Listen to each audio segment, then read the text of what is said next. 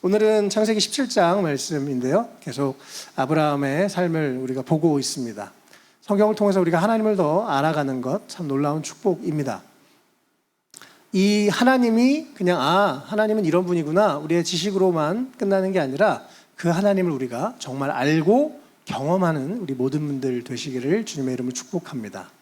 오늘은 17장의 전능한 하나님에 대해서 함께 말씀을 나누도록 하겠습니다.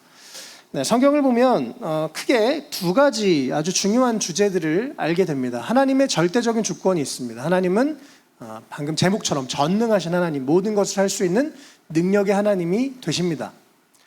근데 이것만 생각하면 그럼 인간이 아무 노력을 하지 않아도 되나? 이런 생각을 또 하게 되죠. 그래서 성경에 또 많은 부분에서는 인간의 자유의지와 책임에 대한 부분도 많이 이야기를 합니다. 그래서 하나님 핑계대고 내 멋대로 사는 게 아니라 하나님은 능력이 있으시지만 하나님은 또 우리를 통해서 인간을 통해서 일하시고 우리가 하나님의 뜻을 따라 선택할 때 하나님이 그것을 축복하시고 사용하시는 것을 보게 되죠. 그래서 하나님의 절대 주권도 100%, 인간의 자유의지도 100%, 이게 성경 전체에서 우리에게 하는 이야기입니다.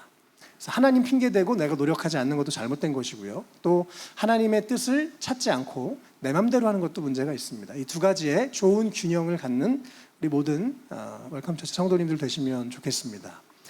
그런데 오늘은 특별히 하나님의 절대 주권에 대한 내용이 조금 더 나오기 때문에 그 부분을 우리가 조금 더 오늘 말씀을 통해서 보면 좋겠습니다. 오늘 전능하신 하나님에 대해서 하나님 말씀하시는데 이삭을 드디어 25년 만에 아브라함에게 하나님이 말씀하시고 25년 만에 너 내년에 이제 진짜 아이를 낳을 거야. 이삭을 낳을 거야. 너에게 예전에 25년 전에 했던 약속이 이루어질 거야 라고 하는 그런 내용인데요. 우리가 오늘 세 가지 내용을 함께 나눠보도록 하겠습니다. 첫 번째는 전능하신 하나님의 정확한 때가 있음을 여러분 꼭 기억하시면 좋겠습니다. 인생에 정확한 때가 있습니다. 이 창세기 앞부분인데요. 오늘 17장 1절, 2절, 4절, 5절 같이 읽겠습니다. 시작. 아브라함의 나이 49이 되었을 때 주님께서 그에게 나타나셔서 말씀하셨다. 나는 전능한 하나님이다. 나에게 순종하며 흠없이 살아라. 나와 너 사이에 내가 몸소 언약을 세워서 너를 크게 번성하게 하겠다. 나는 너와 언약을 세우고 약속한다. 너는 여러 민족의 조상이 될 것이다. 내가 너를 여러 민족의 아버지로 만들었으니 이제부터는 너의 이름이 아브람이 아니라 아브라함이다. 아멘. 저번에 아브라함이 기다리다 못해서 이스마엘을 낳았죠. 지난 주에 우리가 나눴던 말씀인데요. 자기의 여종 하갈을 통해서 이스마엘을 낳습니다. 그리고 나서도 또 십몇 년이 지나서 99이 되었을 때 하나님 비로소 말씀하셨습니다. 그리고 너는 이제 아브람이라는 옛날 이름을 버리고 새로운 이름을 줄게. 아브라함, 열국의 아비, 모든 민족의 아버지란 이름, 하나님이 새로운 이름을 주셨습니다. 하나님이 아브라함에 처음에 말씀하시고 24년 동안 아브라함을 훈련하신 거죠.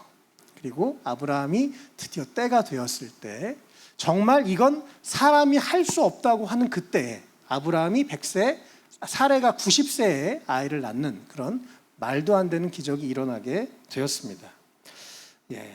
이게 하나님이 정하신 때였다는 거죠. 우리 인생에도 하나님의 정확하신 때가 있습니다. 그래서 여러분 하나님의 때를 늘 기대하시면 좋겠습니다.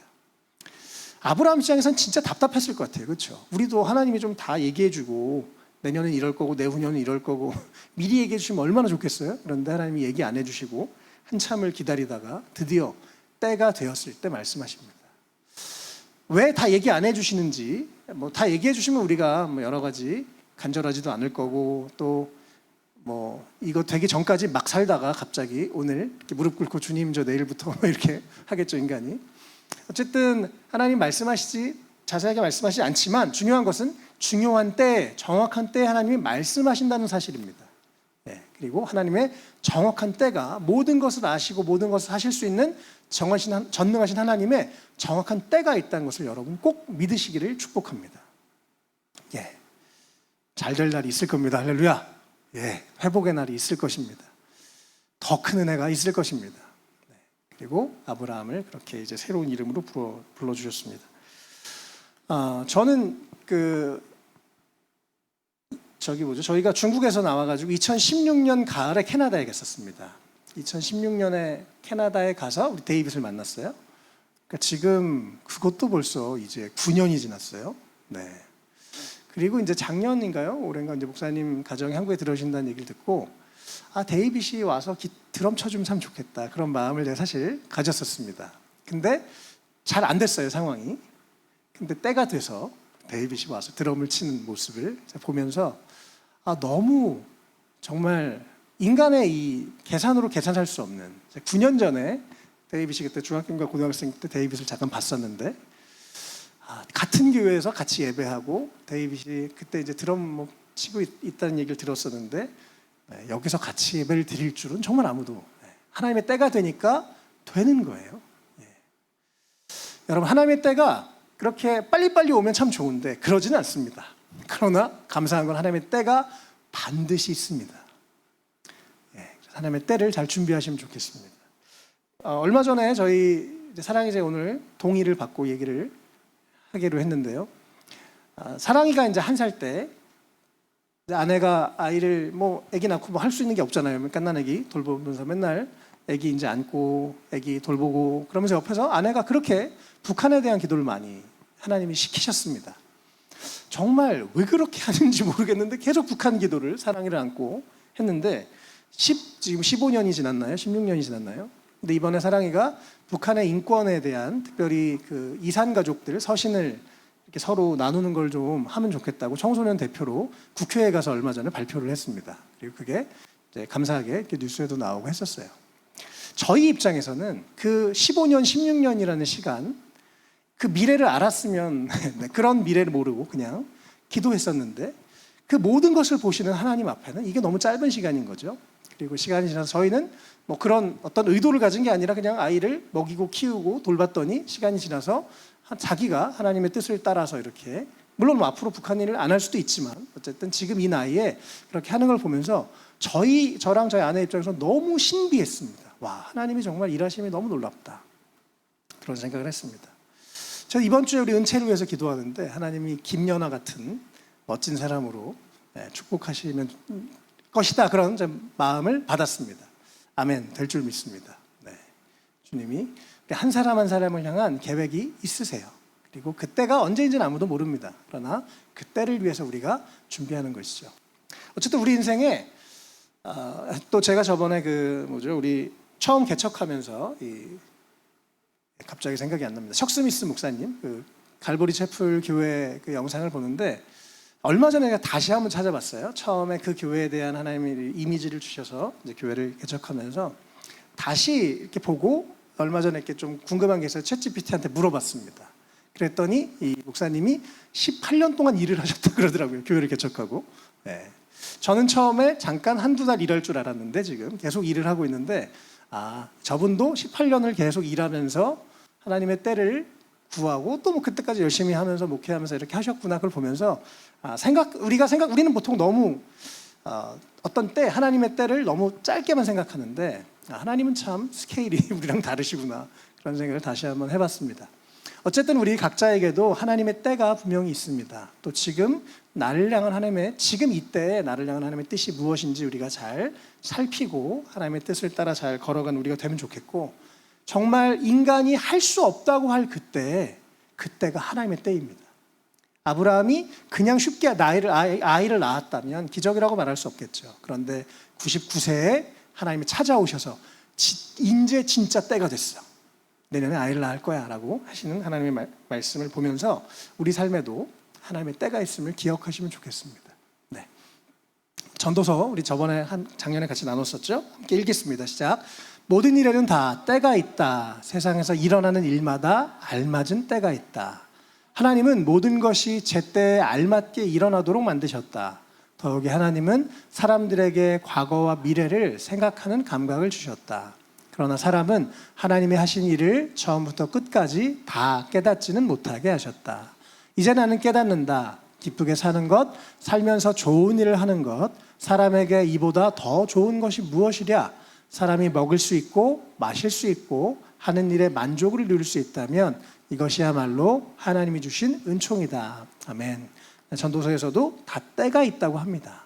그리고 하나님의 때에 모든 것들이 이루어진다라고 말씀을 합니다. 그러나 또 우리는 다 그때를 알지 못한다고 해요. 그래서 12절 13절에 하나님의 때가 있음을 믿고, 그것은 우리가 믿음의 영역이고요. 그 다음에 우리의 선택인데요. 내가 기쁘게 살고 감사하게 살고 할 수 있는 일 하고 하고 싶은 일 하면서 그렇게 사는 것, 그것이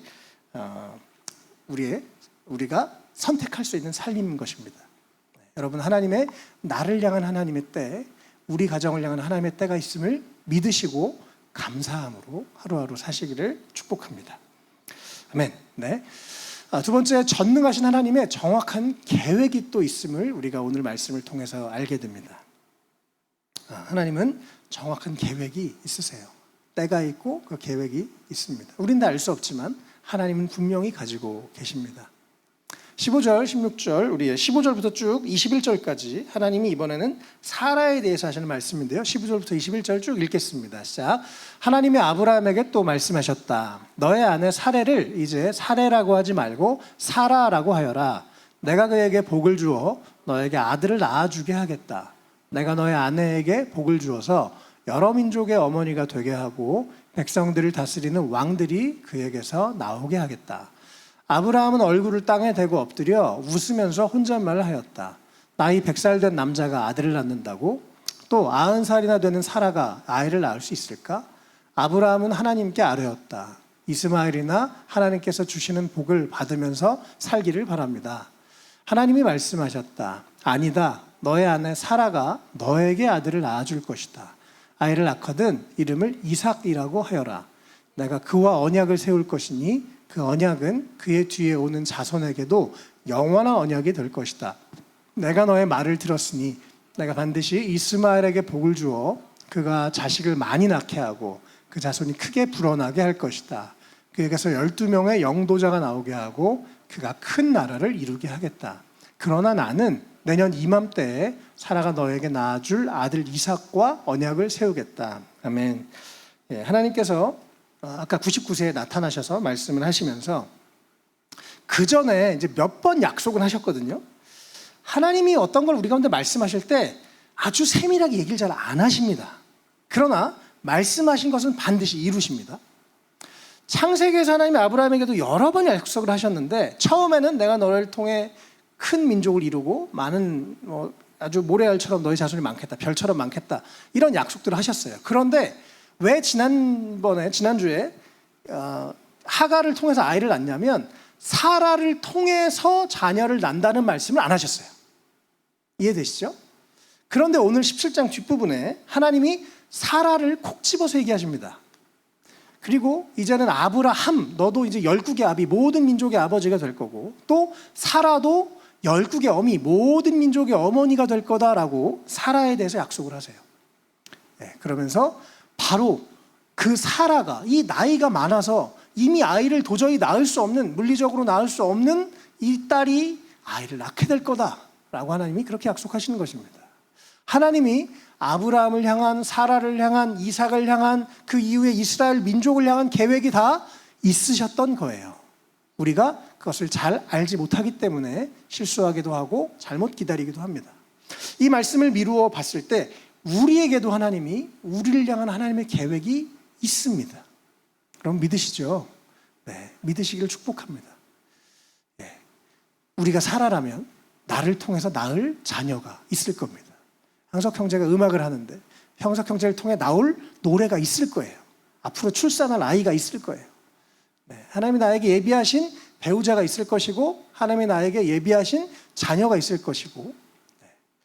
제가 만약에 청년 시절에 너는 앞으로 딸을 4명 낳게 될 거야 그러셨으면 제가 무서워서 두려워서 못 이렇게 참 이렇게 짓눌렸을 것 같아요. 살다 보니까 주님이 주셔가지고 아이들을 키우게 되는 거죠. 하나님이 분명히 우리를 향한 계획이 있으십니다.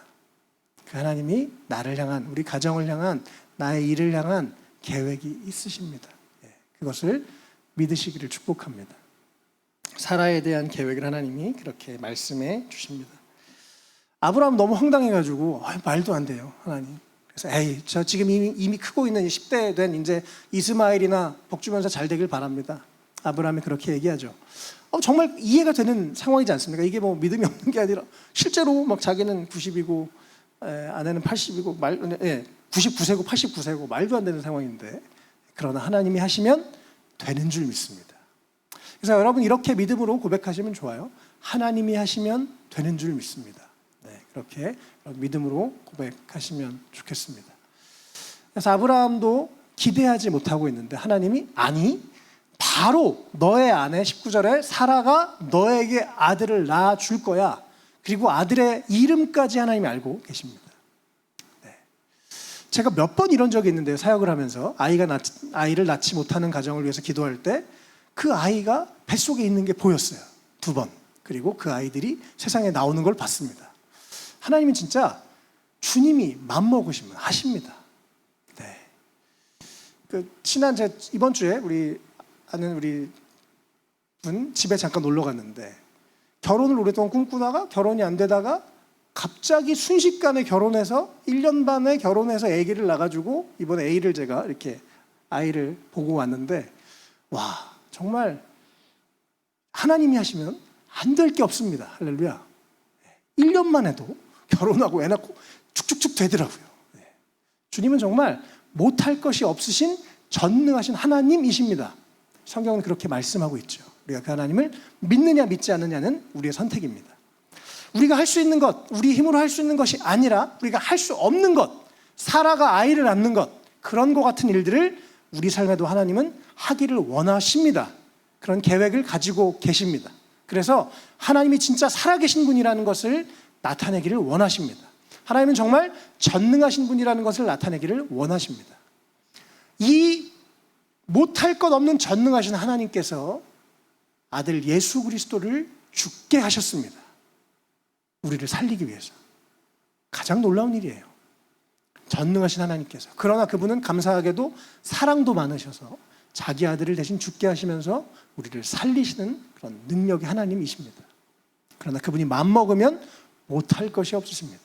우리가 그 하나님을 믿고 신뢰하시기를 축복합니다. 욥기 23장 말씀 같이 읽겠습니다. 시작. 그러나 그분이 한 번 뜻을 정하시면 누가 그것을 돌이킬 수 있으랴. 한 번 하려고 하시는 것은 반드시 이루고 마시는데 하나님이 가지고 계신 많은 계획 가운데 나를 두고 세우신 계획이 있으면 반드시 이루고야 마시겠기에 나는 그분 앞에서 떨리는구나.